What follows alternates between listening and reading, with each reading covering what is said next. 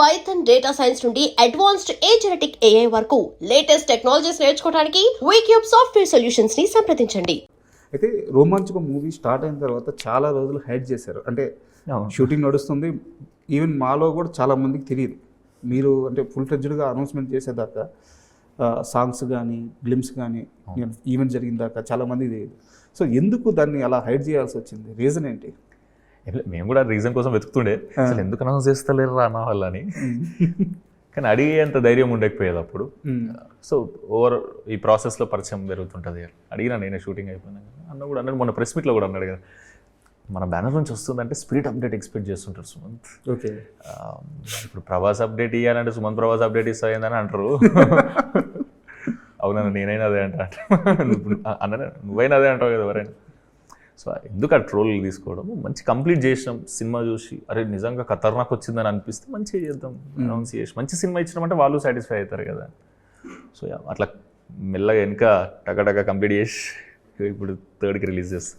Super. అంటే నాకు కొంచెం ఆశ్చర్యంగా అనిపించింది. అంటే మీరు కానీ అనంతిక కానీ యాక్టింగ్ చాలా బాగుంటుంది, మీ ఇద్దరిది టైమింగ్ కానీ సూపర్ ఉంటుంది. సో మీకెందుకు 3 నెలలు రిహార్సల్స్? 6 నెలలు 6 నెలలు యాక్చువల్గా అయితే ఎందుకు లేదు, ఈ క్యారెక్టర్లో చిన్న naughtiness, boy next door wife, ఆ డైలాగ్ డెలివరీ కూడా ఇలా వెరైటీ ఉంటుంది అంతా. అండ్ అన్ని ఎమోషన్స్ కన్నా ఫన్ చేయడం అనేది మస్తు కష్టం అన్న. మన టైమింగ్కి వాడు నవ్వాలంటే చూసేవాళ్ళు, ఇప్పుడు ఒకరిని కూర్చోబెట్టి ఇప్పుడు అతను నవ్వాలి మన కామెడీకి అని అంటే అది ప్రాక్టీస్ కావాలి డెఫినెట్లీ. ఎందుకంటే బయట ఎట్లుంటా, ఇప్పుడు బయట నేను ఇట్లనే ఉంటాను, ఇంతకనే ఏముండదు. కానీ మీరు సినిమా చూసినాక మీరు చూడండి, మీరు చూసి మీరు చెప్పండి, అరే ఇలా కొత్తగా చేస్తే కొత్తగా చేసిన అని చెప్పండి. ఆ కొత్తగా చేయడానికి 6 నెలలు పట్టింది. యూజ్ అయింది అది. ఎస్, వాళ్ళు పర్ఫెక్ట్ అనుకున్నాకనే షూట్కి పోయాను. సూపర్. వేణు అన్న డైరెక్టర్. అండ్ స్పిరిట్ అప్డేట్స్ ఇప్పటిదాకా ప్రభాస్ ఫ్యాన్స్కి కొన్ని కోట్ల మంది ఫ్యాన్స్ ఉంటారు ఆయనకి. ఆ ఫ్యాన్స్ అందరిలో కల్లా ఎక్కువ తెలిసిన ఫ్యాన్ మీరే, అంతే కదా? ఇప్పుడు వాళ్ళైతే ప్రొడ్యూసర్స్, ఆయన అయితే డైరెక్టర్, మిగతా వాళ్ళు ఆర్టిస్టులు. యాజ్ ఎ ఫ్యాన్గా ఎక్కువ అప్డేట్ చేసిన ఫ్యాన్ మీరే. అది నేను కొంచెం అదృష్టం ఫీల్ అయ్యా. సో ఎలా వస్తుంది స్పిరిట్? మీరు ఉన్నది చెప్పండి సార్. నేను అదే ఆఫీస్లో ఉంటాయి కాబట్టి ఇప్పుడు సందీప్ అన్న ప్రణయనతో కమ్యూనికేట్ చేస్తూనే ఉంటాం. కానీ తెలిసిన దాని ప్రకారం 40% షూట్ అయిపోయింది. ప్రణయన కూడా అన్నాడు, ఖతర్నాక్ వచ్చి నువ్వేం ఎక్స్పెక్ట్ చేసినా నిన్ను బ్రేక్ చేస్తాడు సందీప్ అన్న అన్నాడు. అరే క్రేజీ అన్నాను, ఖతర్నాక్ వస్తుందని. అండ్ స్పిరిట్ గురించే ఒక చిన్న క్వశ్చన్ ఉంది. యాక్చువల్గా చాలా సంవత్సరాల నుంచి కాదు, ప్రభాస్ గారి సినిమాలు చూస్తున్నప్పటి నుంచి అనుకున్నాను, ఆయన కట్అవుట్కి పోలీస్ డ్రెస్ వేస్తే అదిరిపోద్ది. కానీ ఎవరు ఆ ప్రయత్నం చేయాలి. పూరి జగన్నాథ్ గారు చేశారు కానీ బట్ డ్రెస్ వేయాలి ఆయన.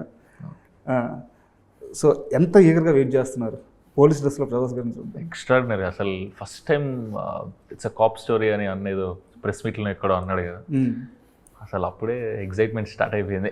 ఎప్పటి నుంచో ఉండే కదా నిజంగానే, ఇయర్స్ నుంచి ప్రభాస్ అని నేను పోలీస్ డ్రెస్లో చూడాలి, యూనిఫామ్లో చూడాలి, దీంతో ఖతర్నాక్ ఉంటుందని నా ఫీలింగ్.